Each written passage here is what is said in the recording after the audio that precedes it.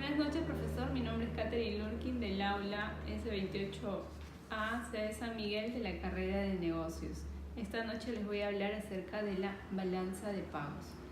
La balanza de pagos registra las transacciones que realiza un país con el resto del mundo, ¿no? Lo que quiere decir todo lo que un país gana por medio de sus exportaciones, por ingresos por préstamos o por ingresos por inversiones, así como también el dinero que gasta, que puede ser por medio de las importaciones que realiza y por inversiones en el exterior.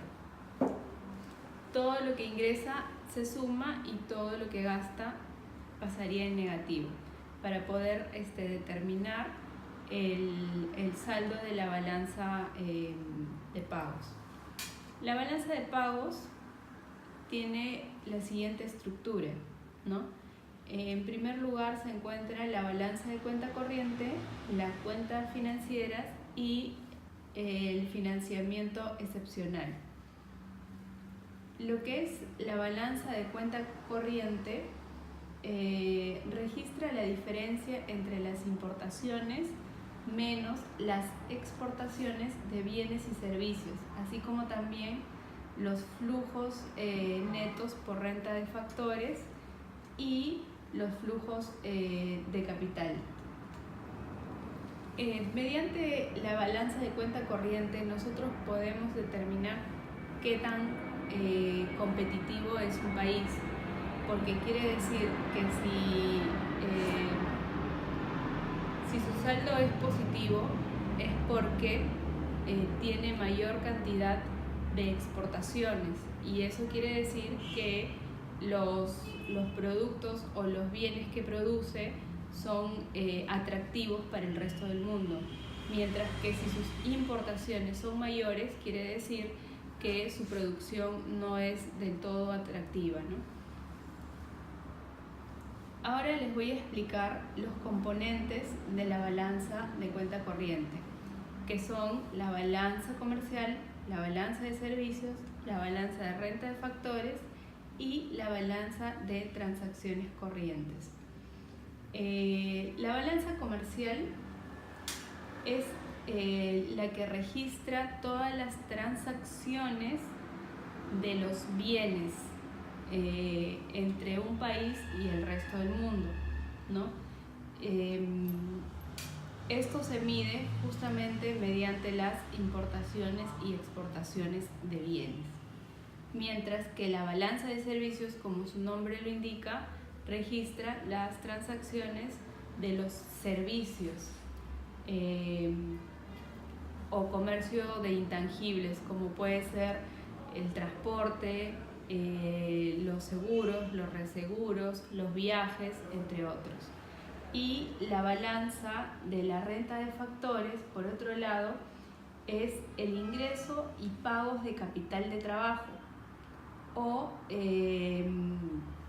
lo que realizan los residentes de un país que se encuentran fuera, los residentes de un país que se encuentran fuera, o los extranjeros que se encuentran dentro del país. Luego tenemos la balanza de transacciones corrientes.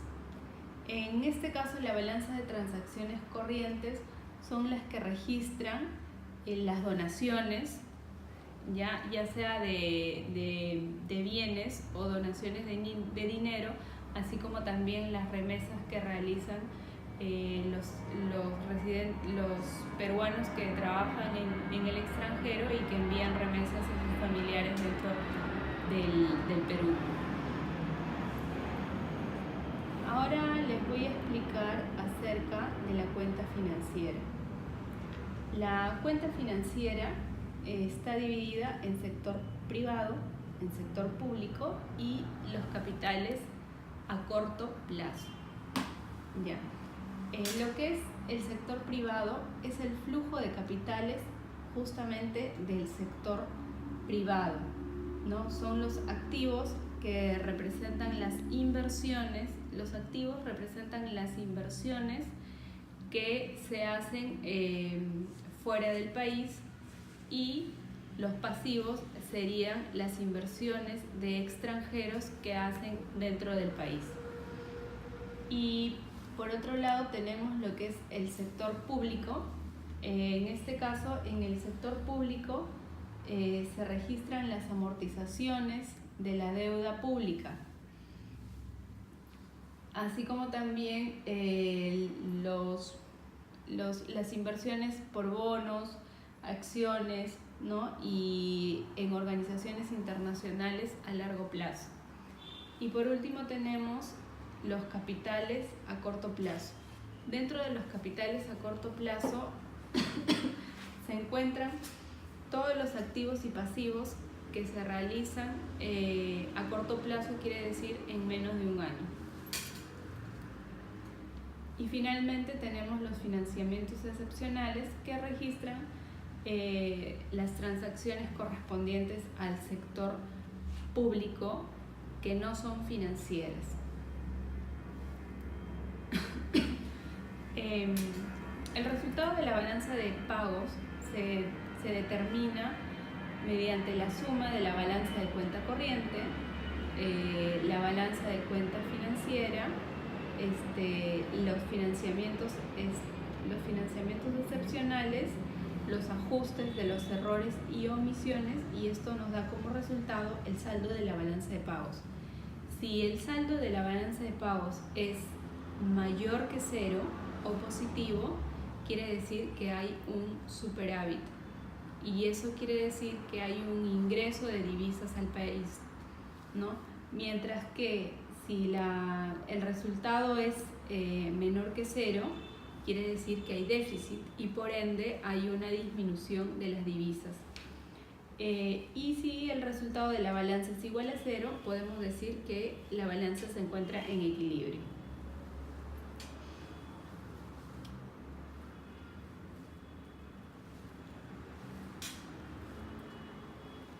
Acá tenemos un ejemplo de lo que es la balanza de pagos del Perú en el año 2014 y el 2015. En este caso, si vamos a ver el resultado, ¿no? Donde dice resultado de balanza de pagos, en el 2015 podemos ver que fue superavitaria, porque está en positivo, ¿no? Y esto básicamente se debe a que hubo un ingreso o un incremento, mejor dicho, en la cuenta financiera, ¿no? Básicamente nos da positivo por este saldo que en la cuenta financiera se ha visto incrementada. Sin embargo, si nosotros vemos en la balanza comercial, todavía vemos que el saldo se encuentra en negativo. ¿Por qué? Porque si comparamos las importaciones de las exportaciones, vemos que las importaciones, son mucho mayores a las importaciones, ¿no? Y así, de esta forma, podemos determinar por cada uno de los sectores cómo es que se han comportado y el resultado que podemos tener. La balanza de pagos es un instrumento que nos puede ayudar a determinar qué tan rentable o qué tan beneficioso puede ser un país en el caso de crisis económica. Porque si un país tiene divisas y tiene reservas en sus divisas, pues esto te va a permitir que en cualquier momento de crisis, estas divisas nos puedan servir de protección, ¿no? Bueno, eso es todo, profesor. Muchas gracias. Hasta mañana.